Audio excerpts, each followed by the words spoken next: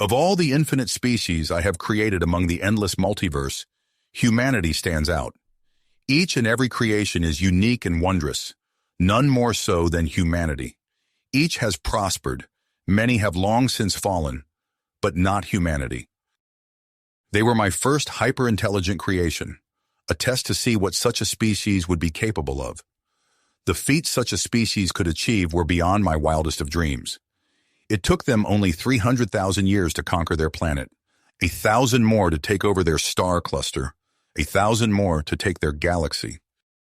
Such feats were uncommon but not unheard of, nothing noteworthy in the infinite scheme of things. The way they did it, however, I've never seen it before or since. Big stick diplomacy is what they call it, endless hatred towards their enemy, boundless love for their allies. By forming pacts and agreements, they made half of the galaxy their protectorates. The other half received the big stick. In the human year 4049, the First Galactic War began. Their weapons were beyond anything someone could see in their most terrible nightmares, yet they only ever hit what they were aimed at. Quasar guns that could eradicate entire solar clusters were made precise enough to swat a fly out of the air without harming anything else. Bombs made of strange matter capable of eliminating the entire universe were able to destroy only a single ship before self-annihilating and becoming as harmless as space dust. Case in point, they were an industriously brutal yet caring bunch. Empathy was always put above anything else. Laws of war and life were strictly enforced, yet they could snap in an instant and destroy entire species with the press of a button. I left them after this war. I decided that I wanted to be able to see how this species progressed through the ages, with surprise and suspense. For 1,000,000 years I have waited for this moment, the day I once again visit humanity. Tremendous force was being applied to the hull of the USS Sagittarius AI. Each second 4 million light railgun shells slammed into its shields. Projected reports indicated only 2 hours before the shields would collapse. "Captain, why don't we link up with the rest of the fleet? We won't last forever like this." First Officer Tylus yelled, straining to make his voice heard over the groaning of the hull. "Because this is more fun. Prepare the boarding pods for launch. I want a squad of Marines sent to each vessel assaulting us." The captain screamed back, his gray eyes filled with glee, arms darting around excitedly from monitor to monitor, firing random weapons into empty space. "But we don't have enough boarding pods," Tylus protested with a whine. "How? There have to be at least 2 million pods on the ship," Captain Bobby shot back. "How could we not have enough?" "There are well over 30 million light corvettes swarming us out there. More keep coming by the second. This is only wave 1 we need to pull back to the rest of the fleet." "No, we will board as many ships as we can." Bobby looked over the hologram of his ship, 1,000 miles long, 3,000 miles wide. It was the biggest ship available. It carried millions of weapons, billions of crew, and a whole lot of explosives. He scoured the hologram for useful information, anything that could help make the battle last longer, before he noticed something. "There are boarders on deck 250. In hangar 3201, put it out over the intercom." "Okay," replied Tylus, clearing his throat and switching on the intercom. "Intruders on deck 250, hangar 3201. Deal with them swiftly." The cackle of the speakers died out, once again replaced by the drumbeat of gunfire rocking the ship. Bobby looked out the window of his bridge to see the battle unfold. Thousands of quasar guns streaked across the void, swatting away any ships foolish enough to fight the behemoth spacecraft. Each second, thousands of ships were destroyed, only for 1,000 more to take their place and keep the cycle going. Only a light year away, an even bigger battle was raging. The forces of the Terran Krieg clan were sparring with the Sagittarius shields. Over 1 trillion ships were fighting in the void between Sol and Alpha Centauri. Just as Bobby began to yawn from exhaustion, the thud of the hull ceased. His eyes jolted open once more as he turned to look out of his viewport.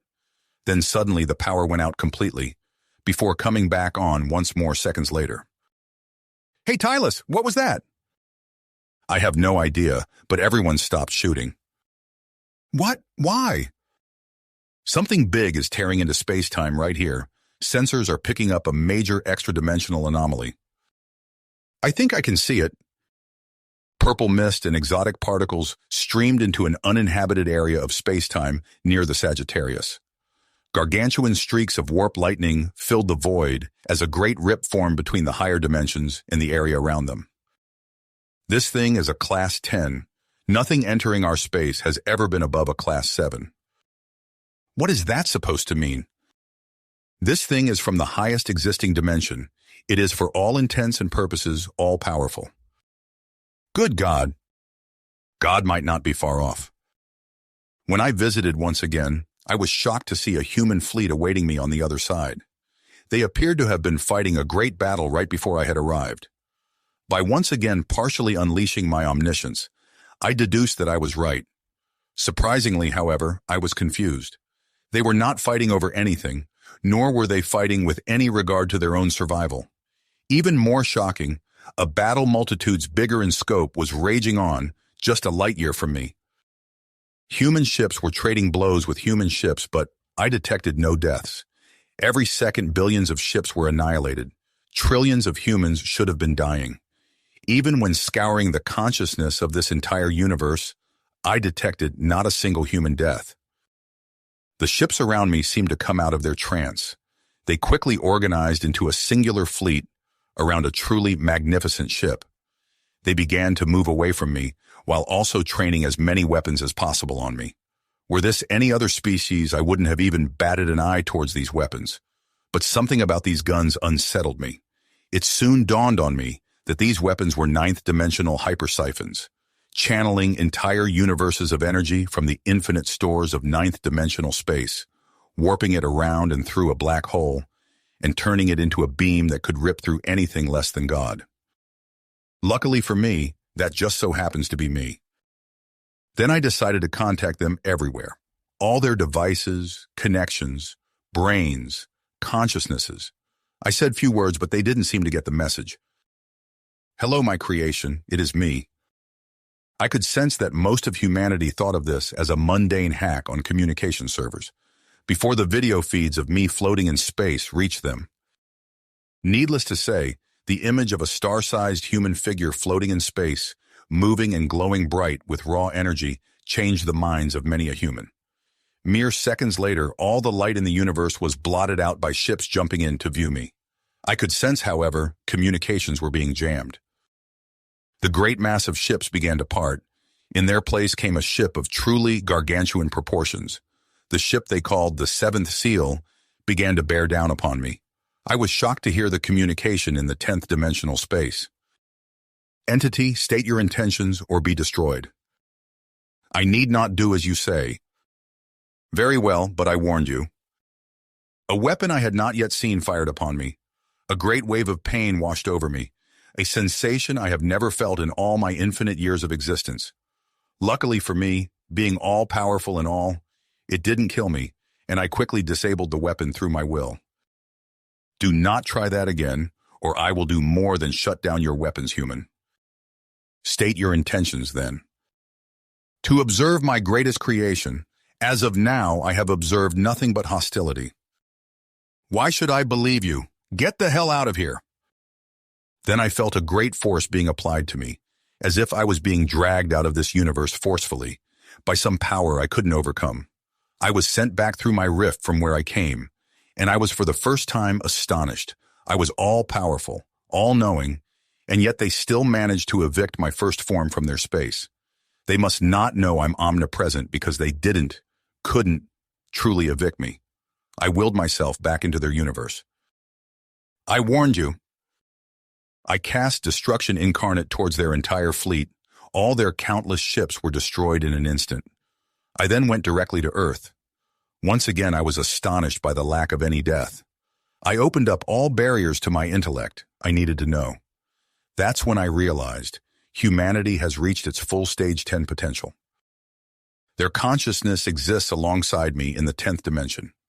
Like me, they cannot be killed, cannot be destroyed.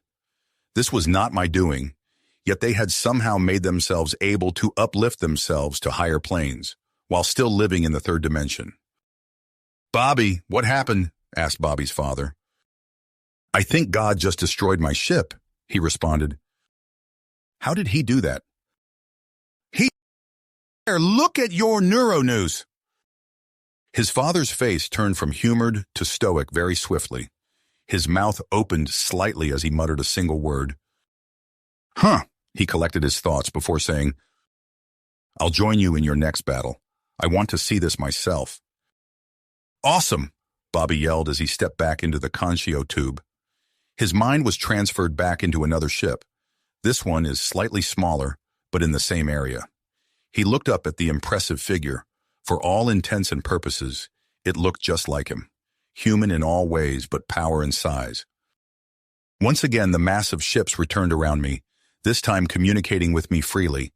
I answered quadrillions of questions, all from people who had nothing meaningful to ask. They kept on asking, "Are you God?" To which always replied, "I am your creator, but you chose if I am your God." Not one person asked him where did they go after death. In fact, it seemed as if death was a concept that humanity knew nothing of. He wondered what they called this needless slaughter, if not death for sake of death. The answer he got surprised him once more.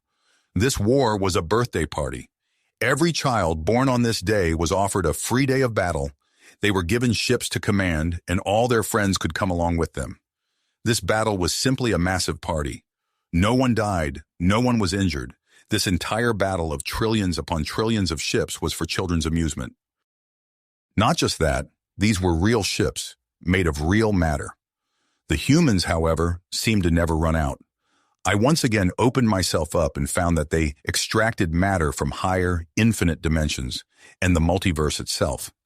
They did all this for kids who were born on this specific day. They did it yesterday, and they would do it tomorrow. Humanity, my greatest achievement, is insane. Yet they are immortal, and on par with me, they will be here forever, the same way that I will. They have become gods in their own right. Nothing can or ever will trouble them.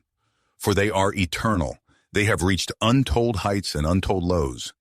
I am glad I came back to visit humanity. For now, I know the true potential of all the life I create. Endless wars in outer space, all in the name of a good time. You have reached the end of the story.